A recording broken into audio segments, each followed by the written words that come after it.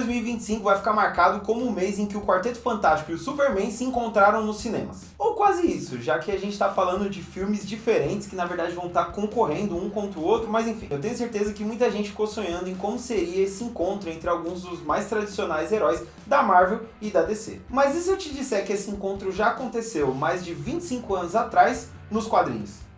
Sim, meus amigos, hoje a gente vai falar sobre Superman e Quarteto Fantástico, um quadrinho que só pela capa você já saca que é antigo. Primeiro porque eles estão chamando de Super-Homem, e segundo porque o preço de capa tá em R$ 4,50.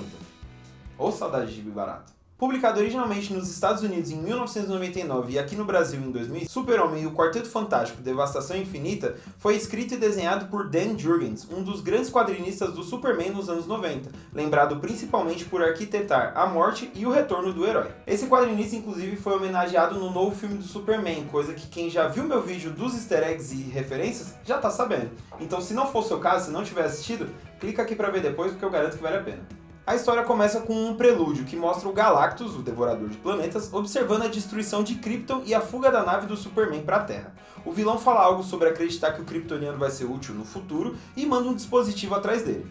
No presente, esse tal dispositivo é interceptado por um ser misterioso, mas a gente já volta nele. Enquanto isso, o Superman salva o dia em Metrópolis, como sempre, quando um cristal kryptoniano mostra a imagem do pai dele, o que já traz a primeira charopada do gibi. O holograma do Jor-El revela que Krypton não foi destruída por ocorrências naturais, e sim pelo Galactus, que se alimenta de planetas e fez isso com o lar do Superman.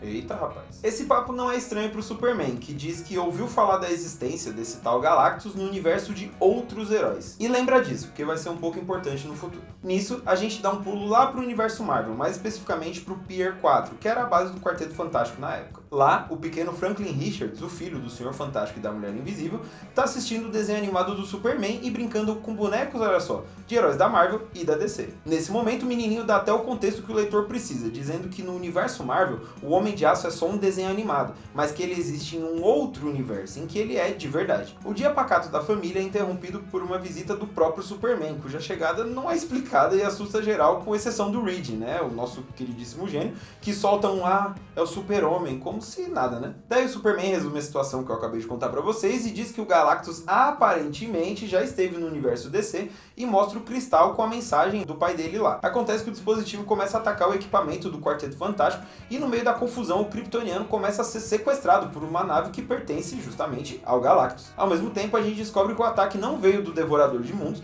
mas sim do Super Cyborg, o vilão da DC, que foi um dos substitutos temporários do Superman quando ele morreu lá na saga A Morte do Superman. Mas o robozão diz que não tá trabalhando com o Galactus, que por sua vez tá ocupado demais sequestrando o Superman para ser o seu arauto. Tipo o surfista prateado, sabe? Tanto que quando a transformação termina, o Superman fica parecendo essa estátua bombada aí.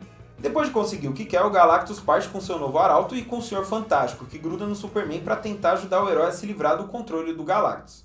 O resto do Quarteto Fantástico fica para trás junto com o Super Cyborg, que revela que quer ser o novo arauto do Galactus, no lugar de Superman, porque ele já destruiu uma cidade inteira e que um planeta seria só um pequeno passo além. E essa é uma referência a Retorno do Superman, a saga que deu continuação à morte do Superman, em que o Super Cyborg une forças com o Mongul, um vilão alienígena, e destrói Coast City, que era a cidade do Lanterna Verde Hal Jordan, que por conta disso enlouquece e vira o vilão Parallax. Mas isso é história para outro vídeo. Por sorte, ou preguiça do roteiro, o Super Cyborg consegue rastrear o cristal do Galactus e se oferece para ajudar o Quarteto Fantástico só para poder chegar no vilão que devora mundos. O que o cara não faz por um trampo, hein? Na nave do Galactus, a gente vê o Reed implorando pro Superman não sucumbir à dominação do gigante roxo. Mas o Superman, por sua vez, responde uns negócios frios, tipo, eu fui convocado, devo atender. Daí o Galactus, dá aquela valorizada no novo funcionário, puxa o saco dele, dizendo que sabia que o Kal-El ia servir ele desde que ele saiu de Krypton ainda bebê. E aí ele passa o trabalho, Agora, o Homem de Aço Prateado precisa procurar planetas para o seu novo chefe se alimentar. Nisso a transformação em arauto termina e ele fica douradão, tipo um arauto super saiyajin. O agora dourado Kal-El sai por aí buscando comida pro chefe, enquanto o Reed fica pra trás, indignado que o Galactus está obrigando o último filho de um planeta morto a fazer justo esse trabalho, ao que o vilão responde com bom, Krypton já foi marcado pela minha visita, não me diz mais respeito. Daí a gente descobre que o Elástico jogou um verde fantástico e o Galactus caiu direitinho, confirmando as suspeitas de que Krypton foi devorada por ele. Informação que o Reed diz que pretende usar para trazer o herói da DC de volta a ser ele mesmo. Daí a história retorna para a base do quarteto, onde os heróis restantes e o Super Cyborg estão partindo para localizar os que estão desaparecidos, né?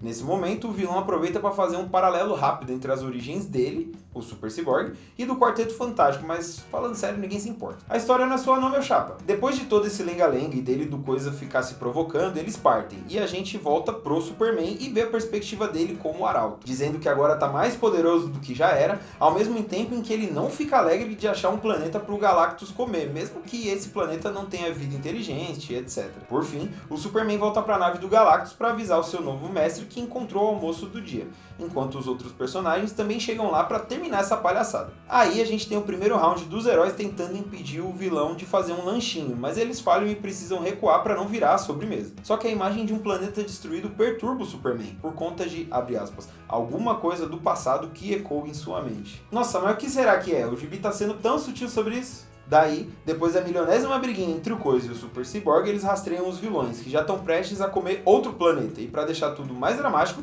o planeta da vez tem vida. E como o local é habitado, o Superman tem uma crise de consciência e questiona o Galactus, que não dá muita bola, dizendo que precisa comer e acabou. Na sequência rola um momento que até que é bem da hora, em que o Super tá meio em choque, lembrando de Krypton, enquanto o Coisa se aproxima sorrateiramente pelas costas para derrubar ele.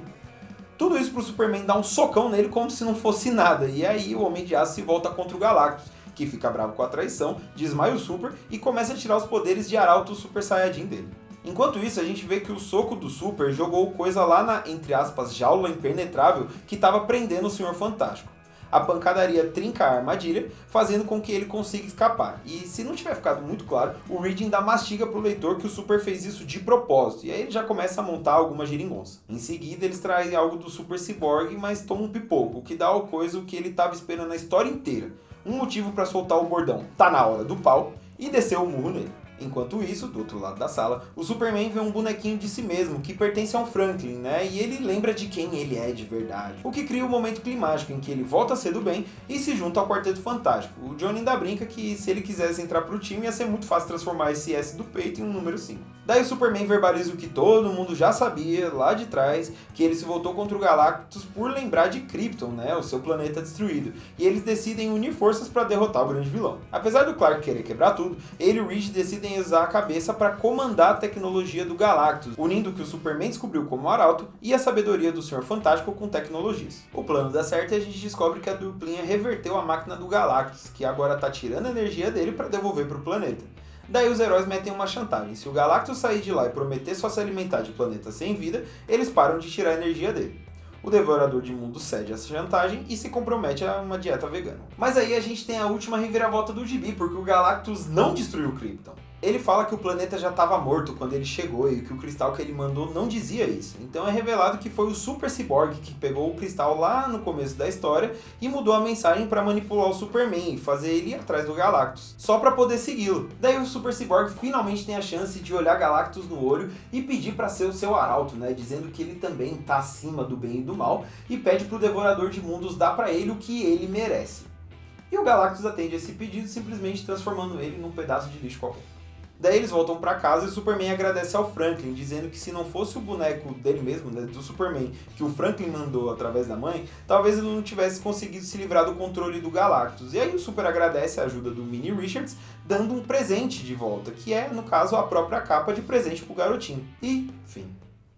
Do ponto de vista de história, Superman e Quarteto Fantástico não é lá muito revolucionário de explodir cabeças, né? Porque na verdade ele meio que segue a formulinha dos crossovers entre Marvel e DC. Porque esse tipo de história costuma ser assim, eles trazem os personagens, né? Apresentam os heróis, os vilões deles e tudo mais, coloca eles pra brigar e depois unir forças pra salvar o dia no final, né? E nesse quesito, esse gibi, ele segue bem essa formulinha mesmo. Só que ele tem a importância de juntar esses personagens, né? Que basicamente começaram os universos super-heróicos dos quais eles fazem parte, e também por meio que ser um dos últimos crossovers oficiais que a Marvel e a DC fizeram. Os crossovers entre as grandes rivais começaram lá nos anos 70, quando Marvel e DC se uniram para a publicação de Superman versus The Amazing Spider-Man. O confronto nasceu de uma sugestão do agente literário David Yost, né, que na verdade não trabalhava para nenhuma das duas, de que eles deviam fazer um filme juntos, do Superman e do Homem-Aranha. Só que o que ele não sabia é que filmes dos dois personagens, separadamente, já estavam em produção, então essa ideia não ia acontecer nos cinemas. Mas isso fez as editoras pensarem que,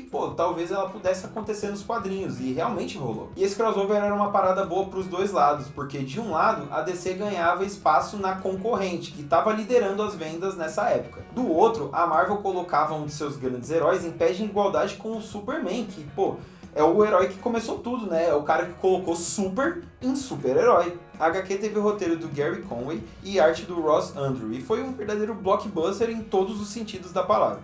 Em primeiro lugar, na própria HQ, que teve 96 páginas. Em comparação, isso é 4 vezes mais que um gibi mensal normal da Marvel e da DC, que costuma ter 22. Essa expansão não foi de graça e também teve um custo de 8 vezes mais que um gibi normal da época, saindo pelo preço de capa de inacreditáveis $2. A história criou um conceito em que os dois protagonistas, seus elencos de apoio e inimigos habitavam o mesmo mundo, então é como se Nova York e Metrópolis fossem cidades vizinhas. Depois de prólogos que apresentaram os dois heróis, a história começa de verdade quando os vilões Lex Luthor e Dr. Octopus, recentemente presos pelos mocinhos, decidem unir forças e colocar um justiceiro contra o outro. Um plano que até dá certo e dá origem a uma briga que acaba quando os dois percebem que estão do mesmo lado da lei e unem forças para derrotar os verdadeiros canalhas. A HQ vendeu 500 mil de cópias e abriu as portas para outros encontros entre os heróis das duas editoras, né? Nos anos 80 mesmo a gente teve outro encontro entre Superman e Homem-Aranha, Batman e Hulk, e o meu preferido, que é Jovens Titãs e X-Men. Porém, o auge dos crossovers veio mesmo nos anos 90, uma época em que, para vocês terem uma ideia, o Batman foi muito requisitado, fazendo 2 Batman e Justiceiro, 2 Batman e Homem-Aranha, além de Batman e Capitão América e Batman e Demolidor. Por outro lado, a gente também teve muitos deles voltados a personagens do universo do Quarteto Fantástico, como é o caso de Darkseid vs Galactus, Lanterna Verde e Surfista Prateado e Superman. E todos esses crossovers depois culminaram em DC vs Marvel. A minissérie de 1996 basicamente juntou todo mundo e a saga fez o que os teóricos mais experientes chamam de brincar de boneco. A história, criada pelos roteiristas Ron Marz e Peter David e pelos artistas Dan Jurgens e Claudio Caserini, era meio que bem simples.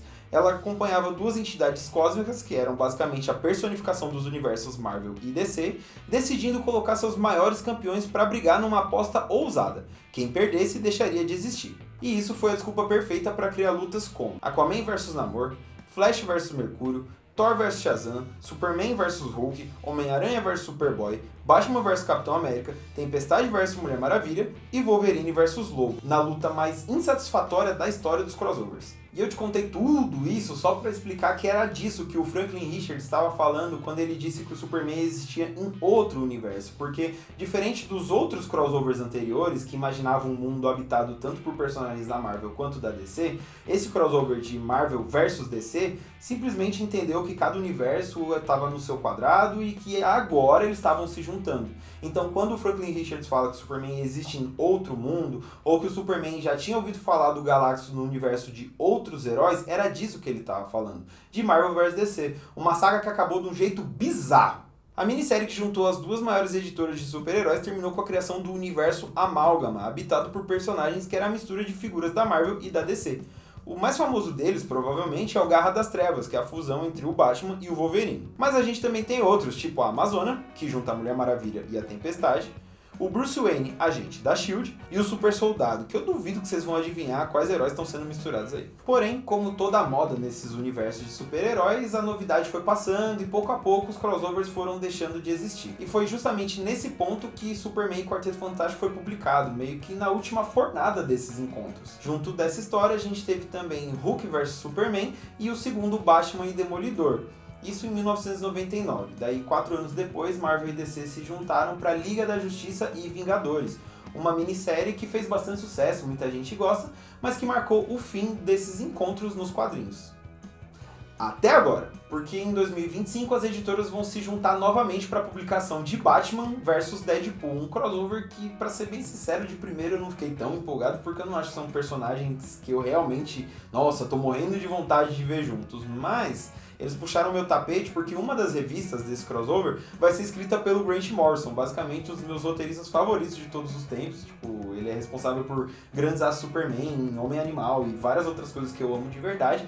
E junto eles vão ter historinhas curtas, né, mostrando encontros de outros personagens, como é o caso de Demolidor e Arqueiro Verde, que, pô, tem chance de ser muito maneiro. E é claro que eu vou trazer esse gibi pro canal, então se eu fosse você eu já ia me inscrevendo aqui pra ficar de olho.